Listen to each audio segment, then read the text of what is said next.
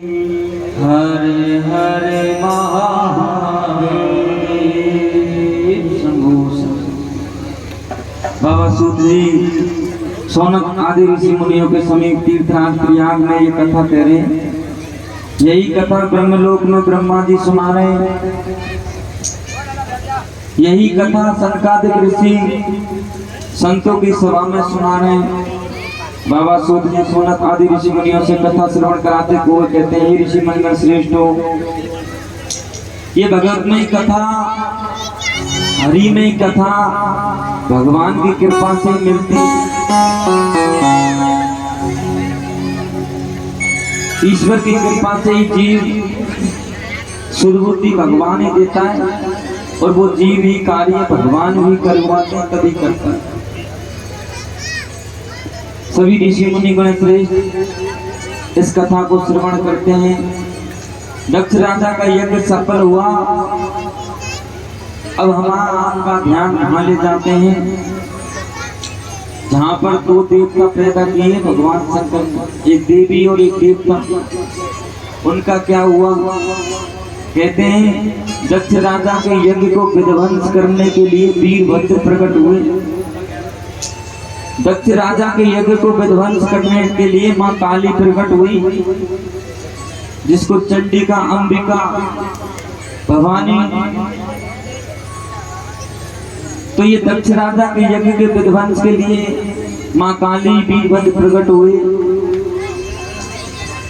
अब सज्जनों, ये दोनों ही देवताओं का, मां काली भी तामसी प्रवृत्ति की है, क्योंकि बलि चढ़ती है, क्योंकि इन्होंने बलि ली। ये तो प्रगति यज्ञ को विध्वंस करने के लिए हुई। दक्ष राजा के यज्ञ को हरण करने के लिए प्रकट हुई है। तो मां काली को भगवान शंकर ने आशीर्वाद दिया कि तुम काली विद्याओं की देवी होगी। बाबा सूत जी सोनक आदि ऋषि मुनियों से तीर्थराज प्रयाग त्रिवेणी के घाट ये कथा कहते हैं। यही कथा ब्रह्मलोक में ब्रह्मा जी कह रहे हैं। यही कथा सनकादिक ऋषि कह रहे हैं।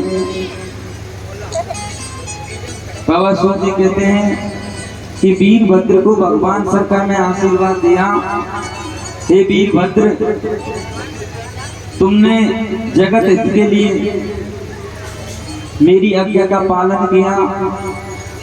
ये आशीर्वाद देता हूं कि आज से तू मेरा द्वारपाल होगा। भगवान शंकर ने वीरभद्र को भगवान शंकर का द्वारपाल बना लिया।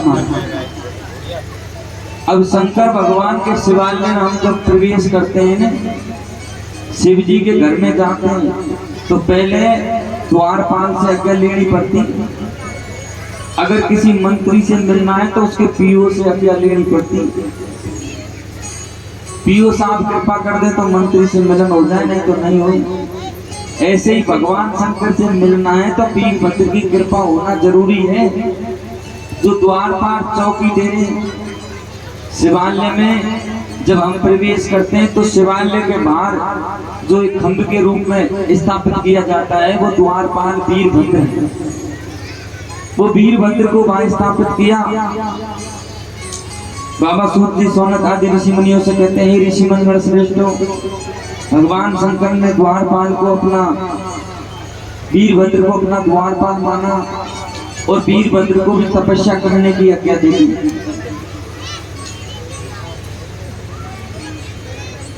वीरभद्र भैरवनाथ, जो भैरव के दो स्वरूप है सज्जनों, एक तो काल भैरव स्वरूप में और एक वीरभद्र के रूप में स्वरूप में।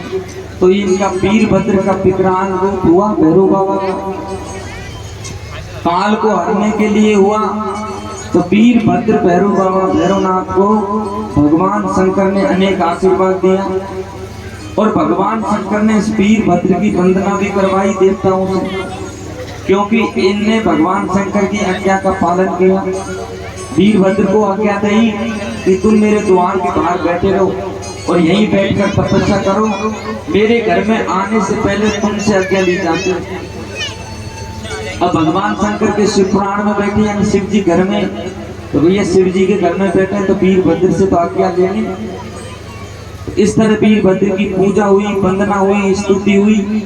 हम भी एक छोटी सी वीरभद्र की वंदना स्तुति करते हैं और इस भैरव बाबा को मनाते हैं। और ये कथा भी भैरवनाथ के प्रेरणा से हुई। उस भैरव बाबा को कैसे भूल सके, तो सब मिलकर भैरव बाबा, वीरभद्र भैरव बाबा को याद करें।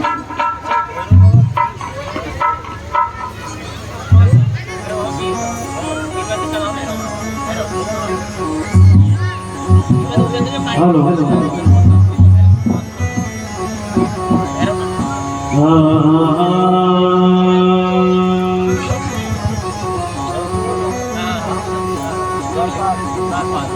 हेरो तू भटका करे दिन में 100 बार,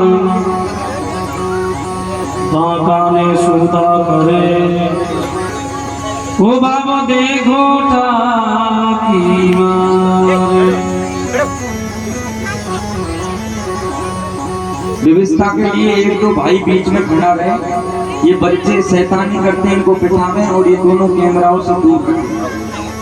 देखो व्यवस्था जब बनाते हैं तभी बनती है। और माता बहनों की सीमा है कि भाई बंधुओं को पाई को माऊ तरफ ना जावे, अपनी सीमा पे ही बैठे तो अच्छा रहे। डबल पांडाल माता बहनों को, एक तरफा पांडाल भाई बंधुओं को, बेचारे इनको और आप दबाओगी तुम। चलो बोली भैरवनाथ महाराज की है।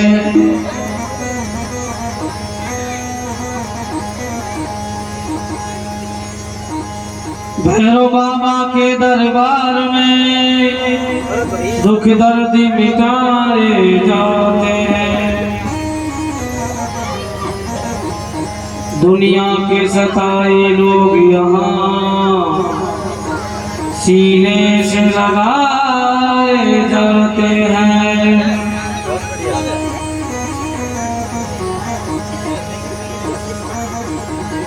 अरे छोटा छोटा घूंघरा हमारी माता जय हो आवाज। अरे छोटा छोटा घूंघरा हमारी माता जी का बाजे रे। और मोटा मोटा घूंघरा भैरव बाबा का बाजे रे। अरे मंदिर में भोपो हाथ नाड़े मेरू मतवाड़ा। छोटा छोटा घूंघरा हमारी माता जी का बाजे। अरे छोटा छोटा घूंघरा हमारी माता जी का बाजे। मोटा मोटा घूंघरा भैरव बाबा का बाजे रे।